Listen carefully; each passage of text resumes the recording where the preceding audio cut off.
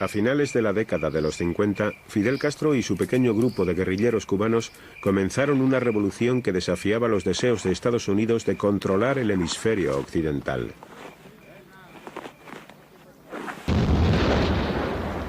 No podíamos estar pensando en la Guerra Fría en aquel momento. Además, había alguna ingenuidad de nuestra parte. Creíamos que realmente existía un cierto orden internacional. Creíamos que existían ciertos principios internacionales. Creíamos que la soberanía de los países serían respetadas. Los Estados Unidos opinaban que el nacionalismo de Castro y su política de izquierdas eran un caballo de Troya del comunismo soviético.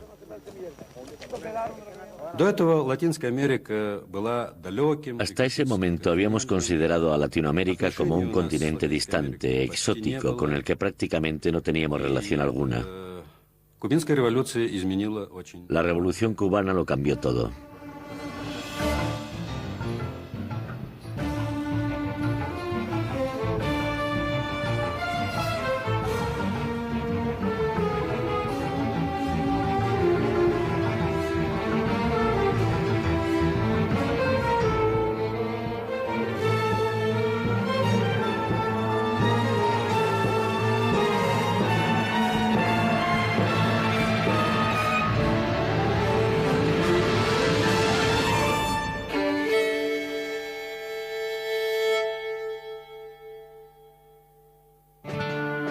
Desde su nacimiento en 1776, los Estados Unidos no habían dejado de crecer. Donde no ondeaba su bandera, sus soldados o agentes intervenían a menudo. En los años 50, los guatemaltecos osaron desafiar a una compañía estadounidense que controlaba la mayor parte de su economía.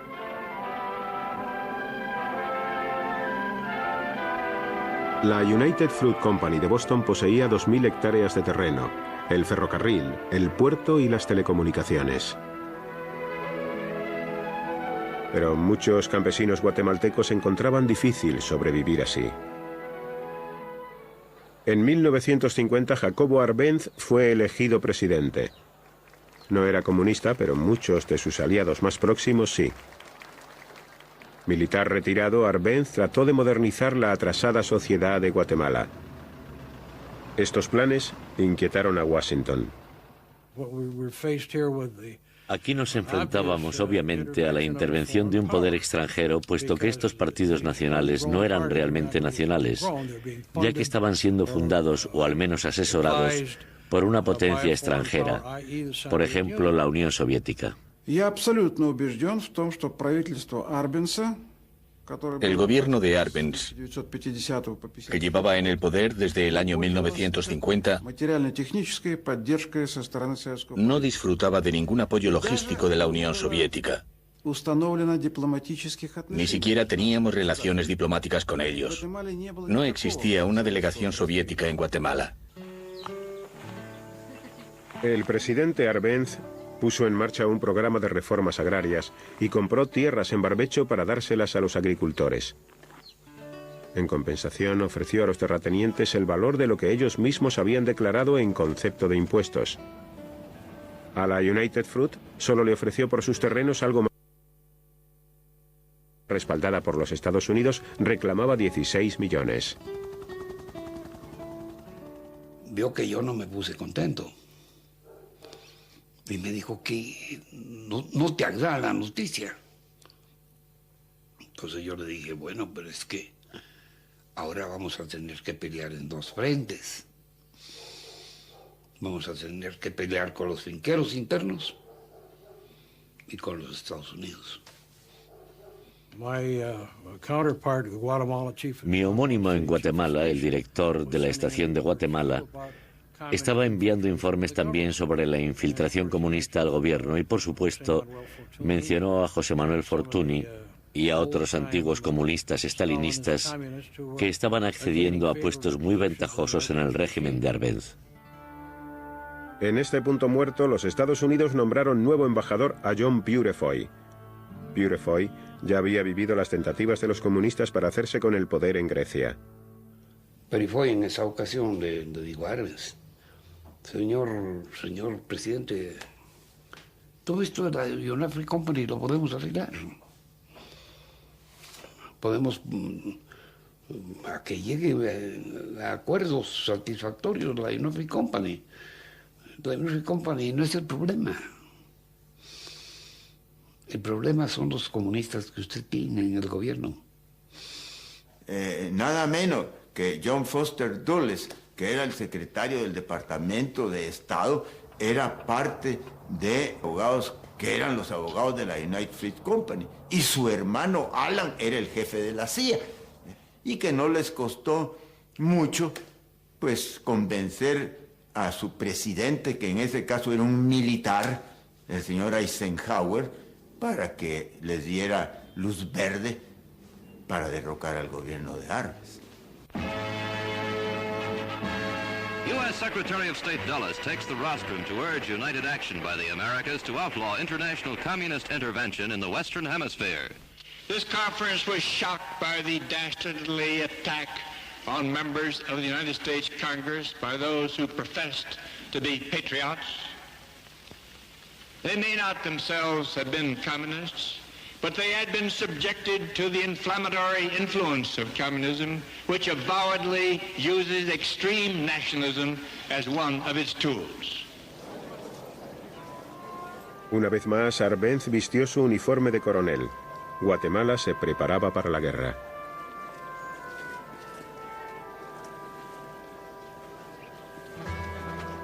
En Esquipulas, un importante santuario religioso en un país muy católico, la Iglesia contribuyó a organizar la oposición a Arbenz.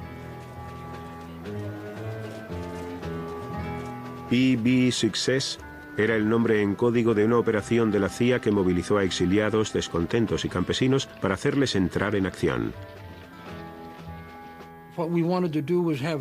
Queríamos orquestar una campaña de terror para asustar a Arbenz en particular y también a sus soldados.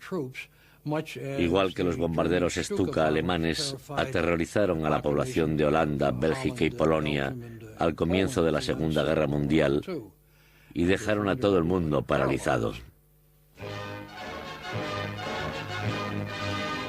Las Naciones Unidas se reunieron en una sesión de urgencia. La ciudad de Guatemala estaba siendo víctima de bombardeos aéreos y rebeldes procedentes de Honduras estaban invadiendo el país. La CIA hizo que cundiera el pánico, pero Washington negó cualquier responsabilidad. The information available to the United States thus far strongly suggests that the situation does not involve aggression, but is a revolt of Guatemalans against Guatemalans. Era una advertencia para los soviéticos. Stay out of this hemisphere and don't try to start your plans and your conspiracies over here. La campaña estadounidense del PB Success derrotó al gobierno en Guatemala. Arbenz y su esposa tuvieron que exiliarse. 9.000 de sus partidarios fueron detenidos y muchos de ellos permanecieron en la cárcel durante años sin haber sido juzgados. Habiendo iniciado, hasta crearon comités anticomunistas, ¿verdad? En donde cualquier persona iba a denunciar nombres de gentes que habían sido leales a la revolución y sin ninguna piedad los desaparecían, los mataban, etc. Entre los que huyeron había un joven médico argentino, Ernesto Che Guevara, que se trasladó a México, donde conoció a Fidel Castro. Recuerdo mis conversaciones con él, que estaba terriblemente indignado, amargado por aquellos hechos que interrumpieron una experiencia que ni siquiera era una experiencia radical. Cambio relativamente sencillo, una reforma agraria tan justa y tan necesaria. 5 años después, Fidel Castro y el Che Guevara triunfaban. A unos 150 kilómetros de Florida, en lo que los norteamericanos consideraban su trastienda, Castro estableció un régimen que pronto se aliaría con la Unión Soviética. Let all our neighbors know that we shall join with them to oppose aggression or subversion anywhere in the Americas. and let every other power know that this hemisphere intends to remain the master of its own house. En 1961, John Fitzgerald Kennedy tomó posesión del cargo de presidente y con él recibió un esquema elaborado por la CIA para enviar armas a los exiliados con el fin de derrocar a Castro, al igual que antes habían derrocado a Arbenz en Guatemala. Me sacaron de Montevideo, donde me hubiera gustado pasar el resto de mi vida, y me dijeron: lo que estamos haciendo es volver a reunir al equipo del PB Success, es decir, al equipo de operaciones de Guatemala, para ocuparnos de Castro.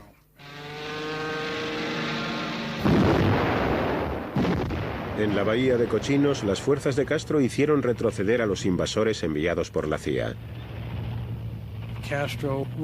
Castro se sentía seguro y era un líder querido por millones de cubanos en Cuba, por lo que la situación era bastante diferente a la de Guatemala.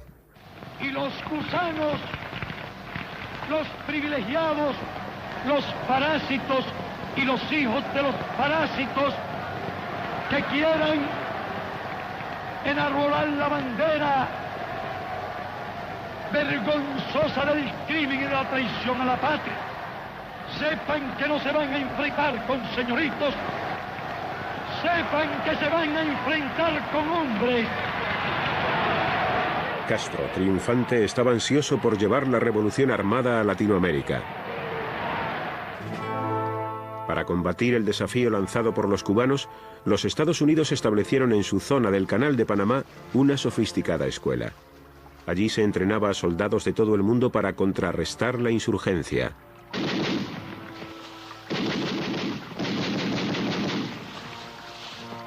A principios de los años 60, los grupos revolucionarios de izquierdas estaban combatiendo las autoridades en Guatemala, Venezuela, Colombia, Perú y en República Dominicana.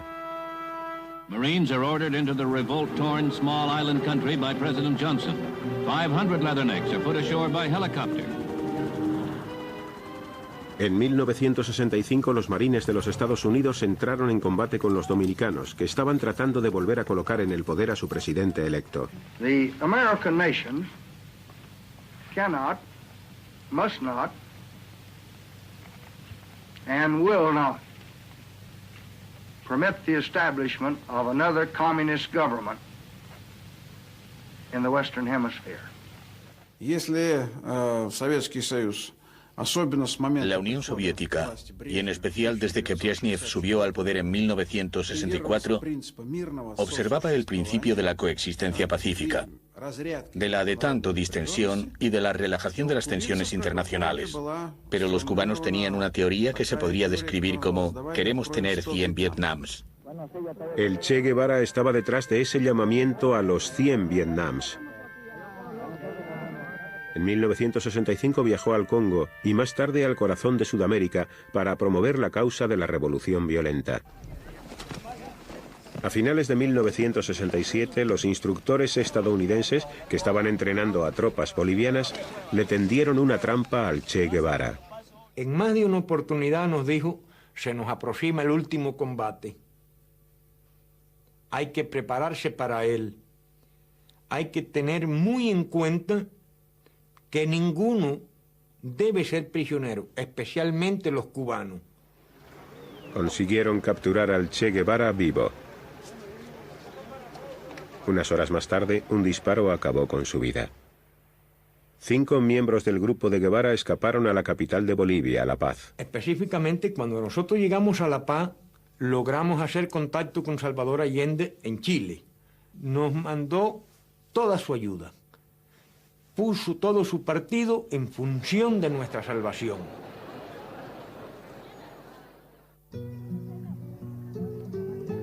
Durante la década de los 60, Chile había estado en calma. El programa de Washington, Alianza para el Progreso, había invertido millones de dólares para respaldar al gobierno cristiano-demócrata de Chile. Pero en 1970, una coalición de centro y de izquierdas buscaba la victoria. A la cabeza de la Unidad Popular estaba un médico sibarita, francmasón y marxista, el senador Salvador Allende. A Allende se le representaba Se le identificaba con los partidos socialistas comunistas, con la izquierda en medio de la Guerra Fría. Y, por supuesto, también representaba al socialismo y al marxismo. Preocupados por el hecho de que un marxista llegara al poder por medio de unas elecciones legítimas, los Estados Unidos comenzaron a movilizarse. I directed that an approach be made to both the State Department and Mr. Kissinger's office to tell them that we had grave concern over the outlook for ITT's investment, and we were desirous of discussing our thoughts in Washington and willing to assist financially in any government plan to help protect private American investment in Chile. La CIA estaba detrás de todo esto. Era necesario apartar de su puesto a toda costa al general René Snyder, comandante del Ejército Popular, que defendía los derechos constitucionales de Allende.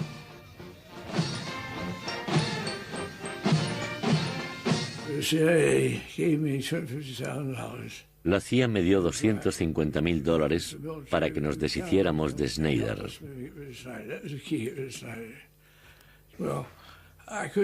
Como no podía dejarlo en mi despacho, para que estuviera seguro metí el dinero en mis botas de montar. Estaba envuelto como si fueran salchichas, en paquetes alargados. Solo yo lo utilicé, nadie más. Pero al final no hubo que recurrir al dinero que la CIA había enviado para desbancar al general Snyder. Otros conspiradores lo asesinaron. Esta muerte conmocionó a la nación. Políticos moderados se unieron a Allende, consolidando así su victoria en las elecciones. En las barriadas de Chabolas existían grandes esperanzas de que el nuevo presidente electo pusiera en marcha la reforma, y esperaban que lo hiciera sin intromisión exterior. Que los Estados Unidos tienen que respetar el derecho de los pueblos a desarrollar su economía en la forma que necesita o desea. El primer gran paso que dio Allende, apoyado por todos los partidos políticos chilenos, fue nacionalizar el cobre, la mayor industria de Chile, que aún estaba bajo control estadounidense. Cuando Salvador Allende nacionalizó el cobre, no fue una medida arbitraria. Esto lo hizo para tener recursos, para aliviar la gran pobreza en nuestro país. Allende siguió adelante con lo que él llamaba su revolución social. En las escuelas todos los días los niños recibían un vaso de leche. Las clases medias estaban al borde del abismo. Básicamente, lo que más miedo nos daba era qué pasaría con la gente, con las familias y con sus propiedades y granjas.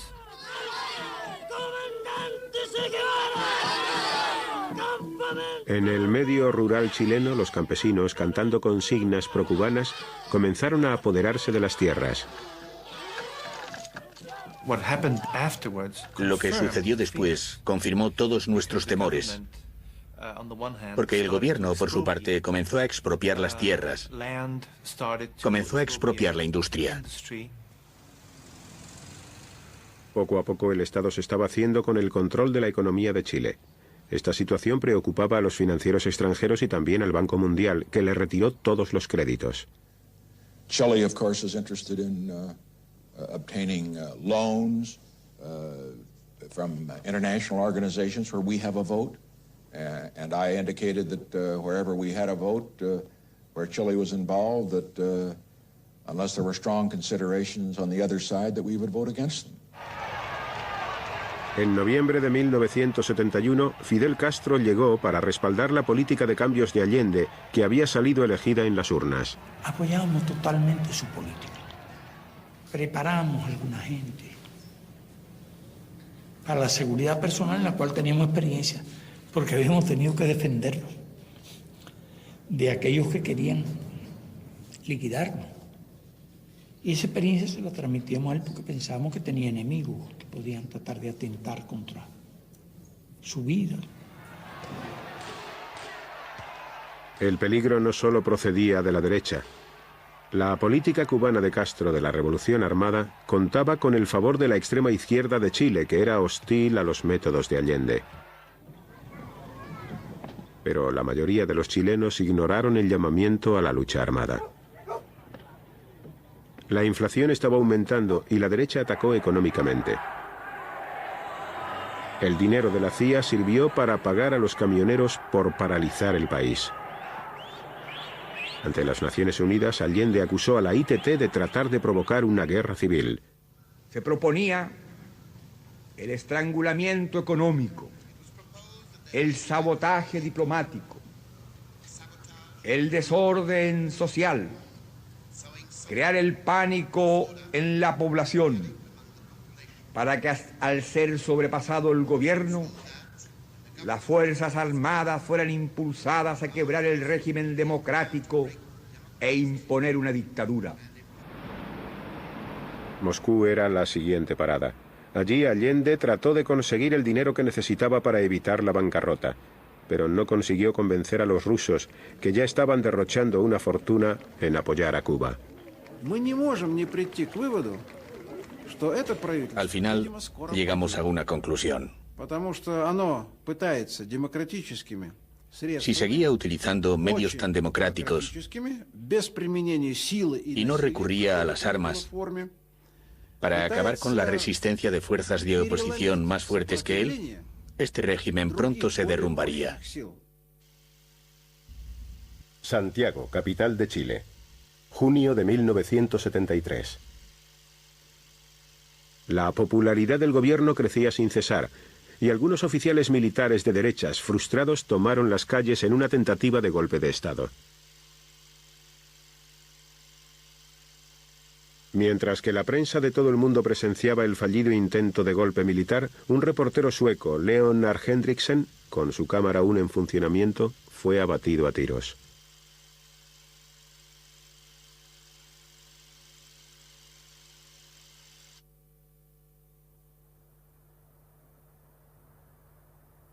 Allende respondió a estos acontecimientos depositando más confianza en los militares y nombró al general Augusto Pinochet su leal jefe en el ejército. Los camioneros volvieron a paralizar el país más largo y estrecho del mundo. Las tiendas cerraron por falta de mercancías. El hambre se apoderó del pueblo.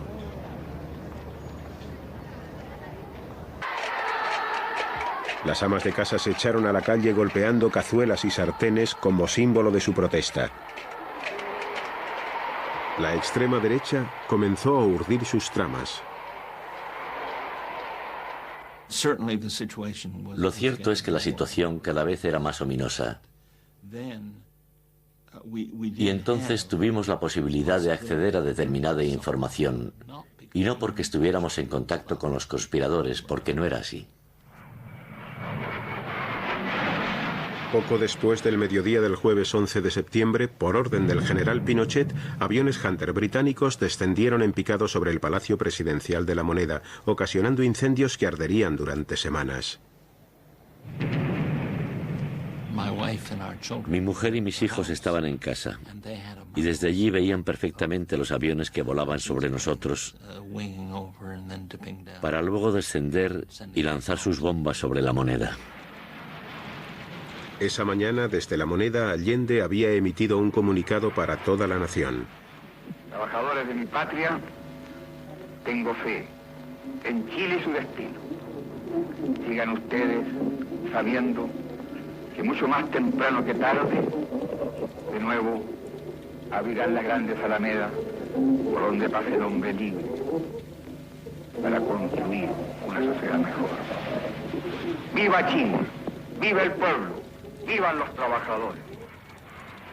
Horas más tarde, Allende estaba muerto. Él decía que él no saldría vivo de allí, que él moriría defendiendo la Constitución de Chile.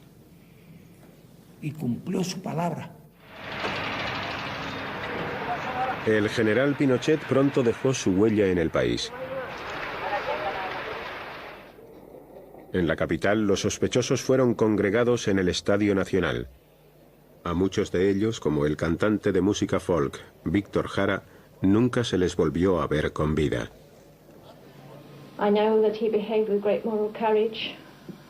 I know that he was a sort of source of strength to his fellow prisoners. I know that he sang there. I know that they beat him down. I know that they broke his hands or his wrists. And I know that after 2 days, they killed him off. Muchos no volvieron, tampoco Manuel.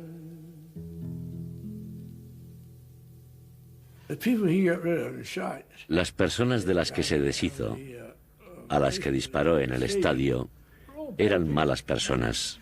Era lo suficientemente listo como para saber que había que hacer las cosas al 100%. No se puede ser un papanatas y hacer un poquito allí y otro poquito aquí. Él entró con fuerza allí y lo hizo. Cuando llegó a la Casa Blanca en enero de 1977, Jimmy Carter prometió que la actitud de los Estados Unidos con respecto al resto del mundo iba a cambiar. Anuncié que los derechos humanos serían la piedra angular o el fundamento de toda nuestra política exterior. Por eso designé oficialmente a todos y cada uno de los embajadores norteamericanos en el mundo para que fueran mis representantes personales para los derechos humanos. En Nicaragua, los embajadores de los Estados Unidos estaban acostumbrados a desempeñar un papel diferente. En los años 30, los marines estadounidenses pusieron en el poder al tirano Tacho Somoza. Habían pasado más de 40 años y Nicaragua seguía todavía en manos de Somoza. El propietario de un periódico políticamente moderado, Pedro Joaquín Chamorro, osó desafiar a la dictadura. ¿Y qué es lo que pasó para una persona que estaba deseando la libertad? Pues lo asesinaron. ¿Quiénes lo asesinaron? Pues el somocismo. El asesinato de Chamorro fue como una descarga eléctrica para el acobardado pueblo de Nicaragua. Somoza declaró el estado de sitio. Los Estados Unidos tomaron conciencia de la ira popular desatada contra esta familia extraordinariamente acaudalada, que había sido su aliada durante más de 4 décadas. I have been fighting the East-West ideological war since the inception of Fidel Castro. So we've been under the attack of that Cuban government for almost 18 years. Procedentes de los montes donde habían pasado años entrenándose en secreto, los guerrilleros emergieron gritando orgullosamente el nombre del rebelde anti-yanqui Sandino.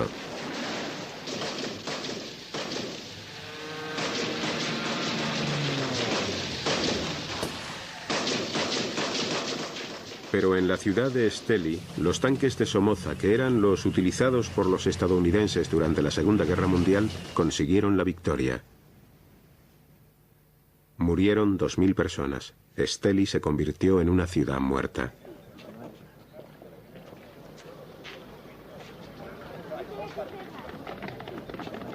Los sandinistas se reorganizaron enfrentando sus armas contra las fuerzas de Somoza. El frente está entrando a las ciudades. El frente está golpeando en las ciudades por primera vez y está golpeando en la capital por primera vez. De esa manera en toda su historia.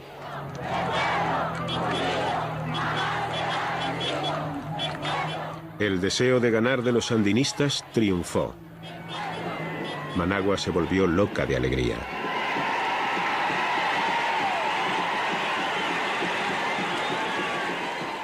Jimmy Carter había salido muy tarde de allí, sin abandonar a los Somoza ni aceptar al nuevo gobierno sandinista. Yo solo decía a Carter de que Estados Unidos rectificaran sobre todo el daño que le habían hecho históricamente a nuestro país.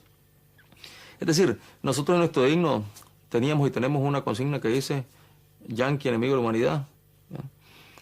Y la verdad es que le decíamos que para poder ir eliminando esa estrofa tendría que cambiar la actitud del imperialismo en el mundo. Los Estados Unidos no aprendieron la lección. La marea del conservadurismo, que poco después llevaría a Ronald Reagan al poder, estaba subiendo. En Nicaragua, las tierras de Somoza fueron repartidas y los monopolios de la familia expropiados. La educación y la sanidad estaban al alcance de todos. Pero había gente a la que no gustaba la revolución.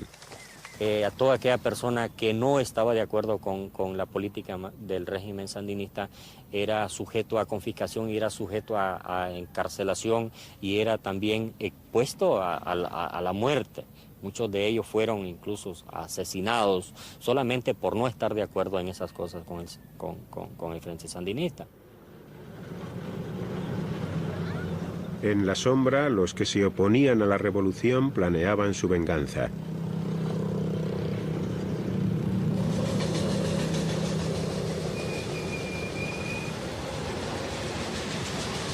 Las guerrillas sandinistas, carentes de experiencia, luchaban para sacar adelante a un país devastado por la guerra. Lo que sí le pedíamos a los otros es que nos dieran armas para poder defendernos. Que es lo que le pedíamos a la Unión Soviética, que es lo que le pedíamos a los países socialistas de la Europa del Este, que es lo que le pedíamos a los argelinos, que es lo que le pedíamos a los vietnamitas. Enviamos armas ligeras, helicópteros, vehículos acorazados y otro equipamiento militar. No había mucha presencia militar soviética, pero contaban con asesores cubanos. En toda América Central se elevaron protestas contra los gobiernos militares de derechas. En El Salvador, la Iglesia Católica se había convertido en un refugio para los oprimidos.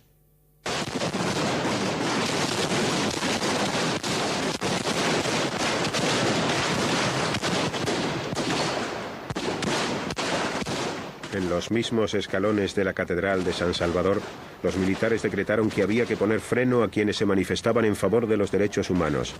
Nada nuevo para El Salvador. Durante una masacre que tuvo lugar en 1932, los militares asesinaron a unas 40.000 personas. En 1979 las cámaras estaban presentes para recoger el color de la sangre. El arzobispo Óscar Romero era el prudente líder de los católicos salvadoreños. Cuando denunció la situación, la reacción de la derecha fue inmediata. Ya en los últimos meses, el correo, el buzón que había en el seminario, donde estaba su oficina, aparecía casi todos los días lleno de cartas, de anónimos, con señales de los escuadrones de la muerte. Había un escuadrón de la muerte que se llamaba La Mano Blanca. Entonces habían muchas cartas en papel negro con una mano blanca diciendo: te vamos a matar, te vamos a hacer pedazos. Todo quedaría resuelto en El Salvador. No habría necesidad de enfrentamientos ni de otras soluciones. La solución es esta: convertirse de corazón todos al Señor. En marzo de 1980, mientras decía misa en una capilla privada, el arzobispo resultó muerto por la bala que disparó un asesino.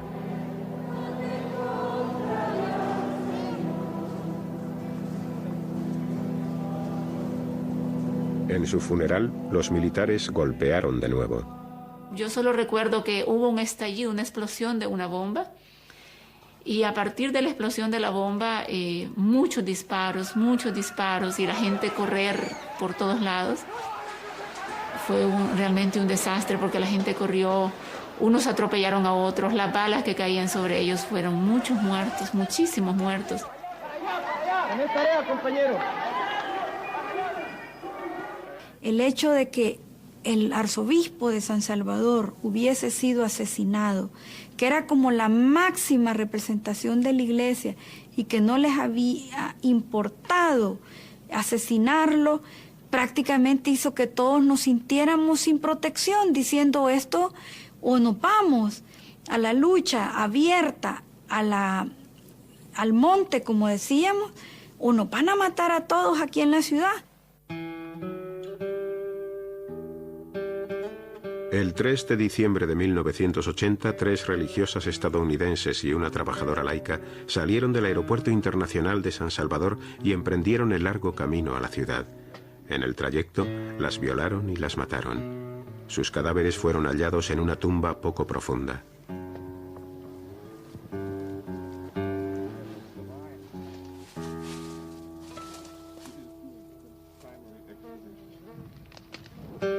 Los asesinatos llevados a cabo por la Guardia Nacional de El Salvador provocaron que el presidente Carter retirara su ayuda a los militares salvadoreños. Pero en 6 semanas, Carter volvía a financiar a un ejército cuyas atrocidades continuaban.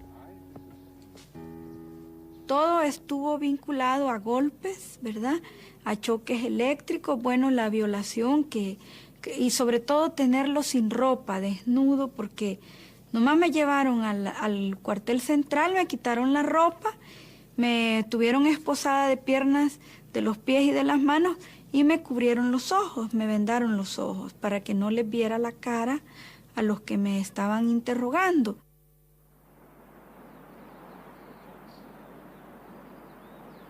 En la ciudad, aquellos que eran sospechosos de simpatizar con la guerrilla eran presa fácil para las fuerzas del gobierno. Por la noche se deshacían de los cadáveres y los dejaban en terrenos baldíos o en las calles de la ciudad.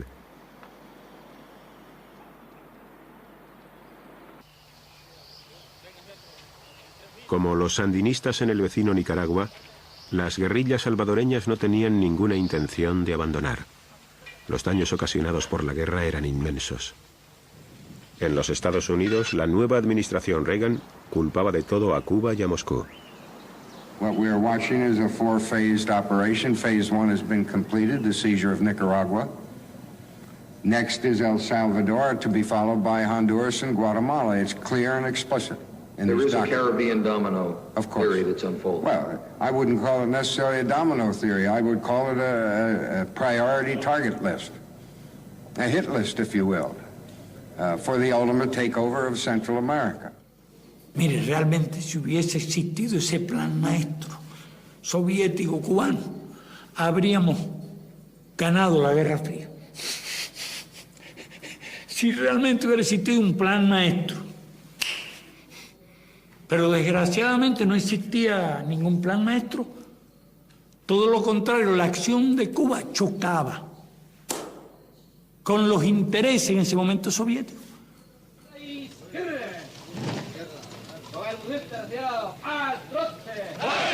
En El Salvador, los asesores militares estadounidenses estaban trabajando muy duro para levantar al ejército en contra de los guerrilleros. La Brigada Atlacal era la unidad más importante. En 1981 se embarcó en una misión de búsqueda y destrucción en la provincia de Morazán, controlada por la guerrilla. Sobre las 5 de la mañana del 11 de diciembre entró en acción cerca del pueblo de El Mozote. En la matanza murieron cientos de civiles. El Departamento de Estado de los Estados Unidos dijo que no encontraba prueba alguna de que hubiera tenido lugar una masacre. Vi yo que las mujeres se agarraban de unas a las otras, pues, a llorar y a gritar que las sacaran de aquí, que no las mataran. Yo, por estar peleando por mis niños, que no los quería dar, no los quería dejar, yo decía que me iba a morir con ellos, pues, pero me los arrancaron de mis brazos. Cuando se oía que estaban matando a los niños, los mataron por la noche, porque se oían los gritos, los clamores de los niños y le gritaban a sus mamás, a sus papás.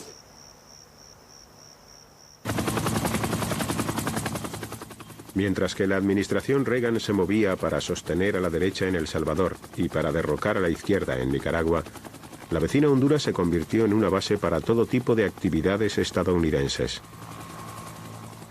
Honduras era la base donde los soldados eran entrenados para derrocar el gobierno de Nicaragua. Estas eran las fuerzas de la Contra. Algunos de ellos eran antiguos miembros de la Guardia Nacional de Nicaragua. Pero muchos otros no eran más que campesinos procedentes de las zonas montañosas, situadas entre Honduras y Nicaragua. Estas personas siempre habían estado en guerra con alguien, y en muchos aspectos no eran más que un grupo de cuatreros. La Contra fue fundada desde Washington. Su guerra secreta enojó al Congreso de los Estados Unidos. La enmienda que presentó Boland, diputado por Massachusetts, recortaba los fondos de Reagan para armar a la Contra nicaragüense. We are complying with the law, the Boland amendment, which is the law. We're complying with that fully. And in We are not arming or supplying any of the dissidents along the border, the Honduran border. I am not going to get it. I could not and would not possibly talk about such things. Washington estaba planeando otra pequeña guerra. En la isla caribeña de Granada, donde la reina Isabel de Gran Bretaña seguía siendo la cabeza del Estado, un gobierno de izquierdas estaba utilizando a contratistas cubanos para construir un nuevo aeropuerto para turistas. Estados Unidos sospechaba que detrás se escondía un motivo estratégico. En octubre de 1983, cuando el primer ministro Maurice Bishop, de ideología izquierdista, fue asesinado por marxistas más radicales, Washington tenía un plan de invasión preparado para que Reagan le diera el visto bueno.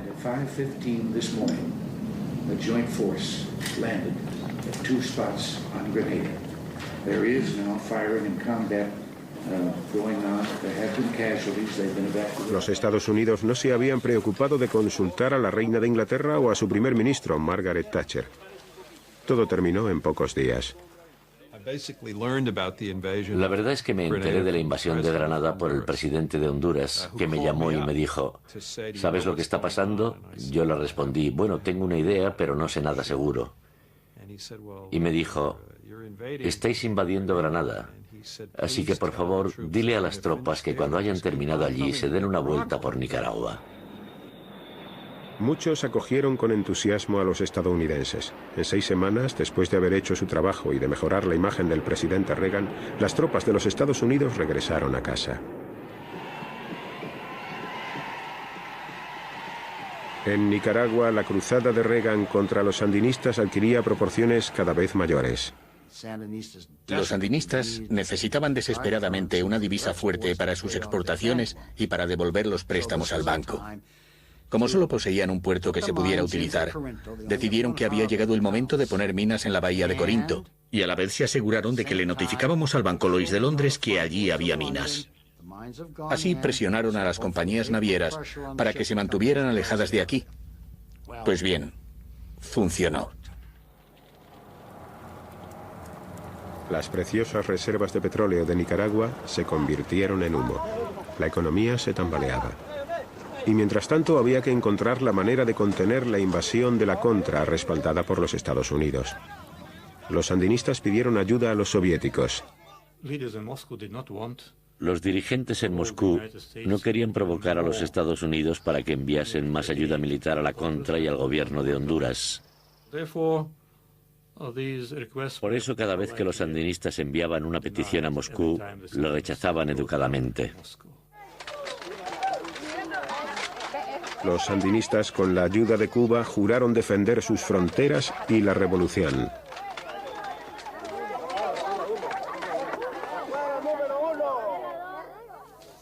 The success of communism in Central America poses the threat that 100 million people from Panama to the open border on our south could come under the control of pro-Soviet regimes. Enojado por el continuo apoyo que Reagan prestaba a la Contra, el Congreso de los Estados Unidos, una vez más con el diputado Boland a la cabeza, votó en octubre de 1984 la prohibición de enviarles más asistencia. Con la aprobación de las enmiendas Boland que prohibían el envío de ayuda a la Contra, no había ya nada que pudiéramos hacer excepto esperar a que se presentara un momento más oportuno. Para contribuir a financiar el continuo derramamiento de sangre que tenía lugar en Nicaragua, los hombres de Reagan comenzaron a vender armas a Irán en el más absoluto de los secretos. El dólar estadounidense y los fracasos de los ejércitos de izquierdas hicieron trizas los sueños revolucionarios de Latinoamérica. Estados Unidos vieron en esa lucha un peligro para sus intereses, porque creían que esa lucha era lucha de los comunistas y no nos vieron a nosotros como ciudadanos que lo que queríamos era un país democrático, un país con más justicia social, un país con oportunidades para la mayoría. La Guerra Fría en América Latina cegó las vidas de cientos de miles de personas. Solo en Nicaragua, 50.000 personas murieron durante la Revolución Sandinista y otras 50.000 en la guerra civil. Fue atroz. Hubo muchos muertos, mucho sufrimiento, muchos refugiados y muchos movimientos populares. Por otro lado, creo que para justificar la intervención en este país existen unos argumentos tanto o más convincentes que los que se han utilizado en otros casos. Si no hubiéramos hecho nada para evitar que los regímenes comunistas se estableciesen en otros países de Centroamérica diferentes de Nicaragua, el comunismo hubiera triunfado en El Salvador, luego en Guatemala y posiblemente también en Honduras durante los años 80. Y si no hubiéramos tomado las medidas que tomamos, el sufrimiento inmediato hubiera sido considerablemente mayor. El líder sandinista Daniel Ortega pide al pueblo de Nicaragua su voto para acceder a la presidencia. El anterior presidente de los Estados Unidos, Jimmy Carter, estaba presente para comprobar que todo fuera legal. Sorprendentemente, Violeta Chamorro, la contrincante de Ortega, resultó victoriosa por un estrecho margen. Washington había invertido unos $10 millones para promocionar su campaña.